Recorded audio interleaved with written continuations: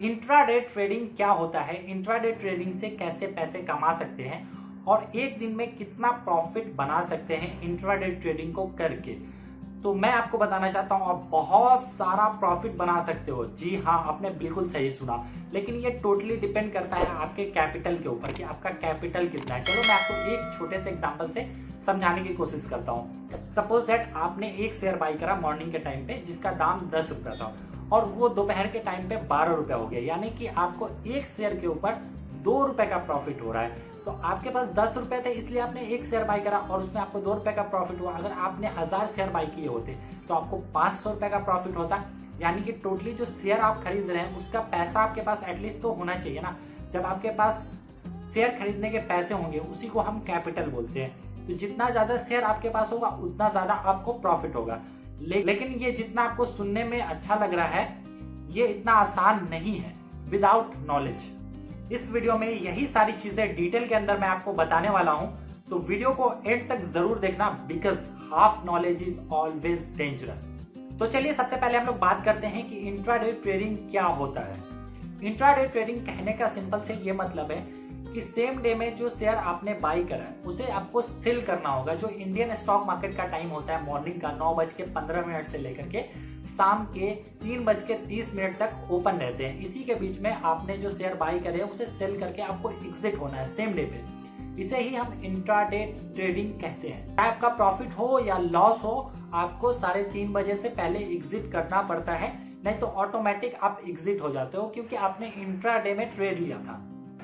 ये सब करने के लिए आपके पास एक ब्रोकर होना चाहिए। मार्केट में बहुत सारे ब्रोकर हैं, जैसे अपस्टॉक हो गया, जेरोधा है, एंजल वन है, मोतीलाल ओसवाल है, धन है। इसमें से किसी भी एक ब्रोकर को आप पिक कर सकते हैं और उसमें आप अपना डीमैट और ट्रेडिंग अकाउंट बना सकते हैं, जिसके बाद ही आप ट्रेड कर सकते हैं। क्योंकि जो इंडिया में नेशनल स्टॉक एक्सचेंज है और बॉम्बे स्टॉक एक्सचेंज है, उससे डायरेक्ट आप शेयर जाकर के बाई नहीं कर सकते। आपको ब्रोकर के थ्रू बाई करना होता है और उसके लिए आपको ब्रोकर को थोड़ा सा ब्रोकरेज पे करना होता है।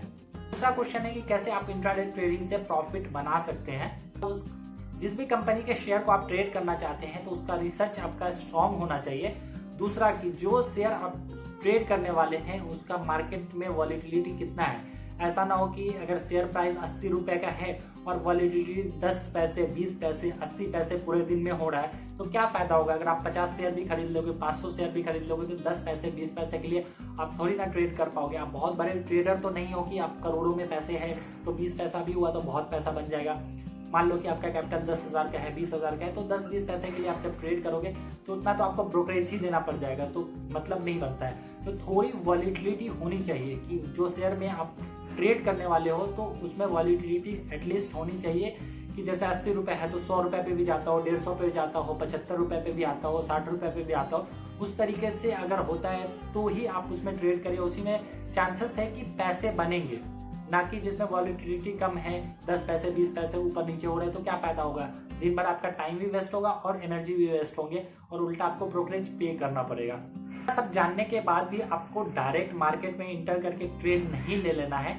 आपको वहां पे मार्केट के मूवमेंट को समझना है, टेक्निकल एनालिसिस प्रॉपर तरीके से करना है, तो जाकर के आप अच्छे तरीके से ट्रेड में इंटर कर सकते हैं। रैंडम ट्रेड कभी नहीं करना है, इससे आप लॉस ही करोगे।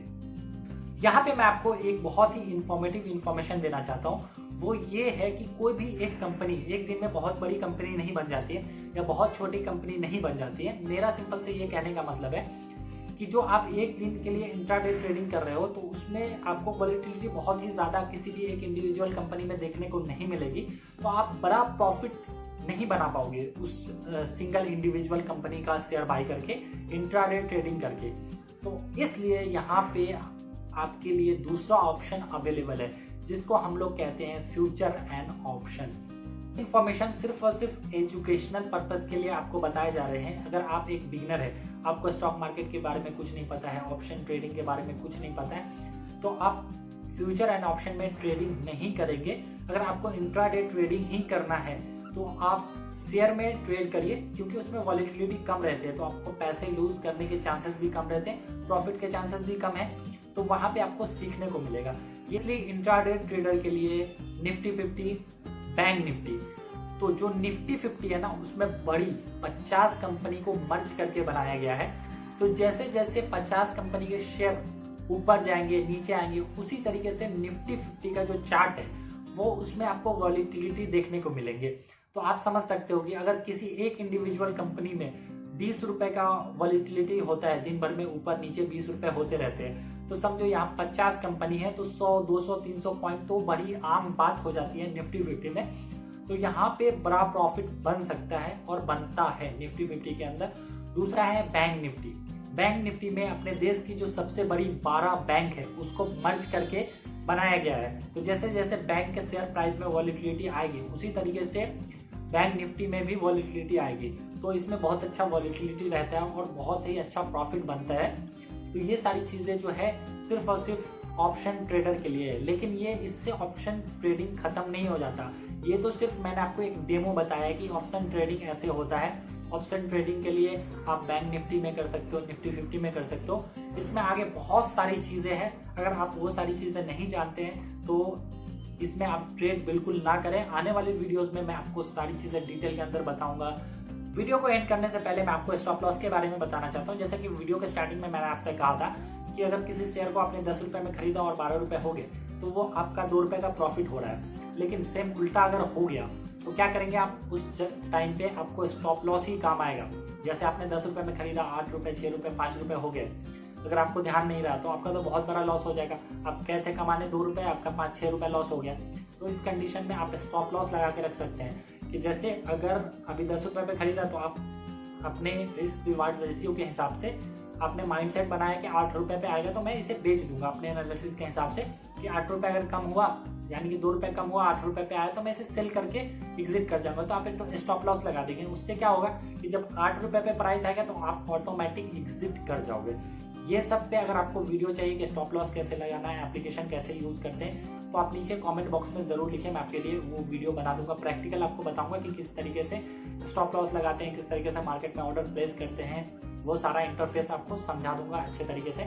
लेकिन आपको कमेंट करना पड़ेगा, वीडियो को लाइक करना पड़ेगा और चैनल को सब्सक्राइब नहीं किया आपने तो जरूर सब्सक्राइब करें। अब चलिए आज के लिए बस इतना। अगर आपके मन में कोई क्वेश्चन या कंफ्यूजन है तो आप नीचे कमेंट बॉक्स में लिख सकते हैं, मैं आपके क्वेश्चन का जरूर रिप्लाई दूंगा। और नेक्स्ट किस टॉपिक पे वीडियो देखना चाहते हैं नीचे कमेंट बॉक्स में जरूर लिखें, उस टॉपिक पे आपके लिए वीडियो मैं बना दूंगा।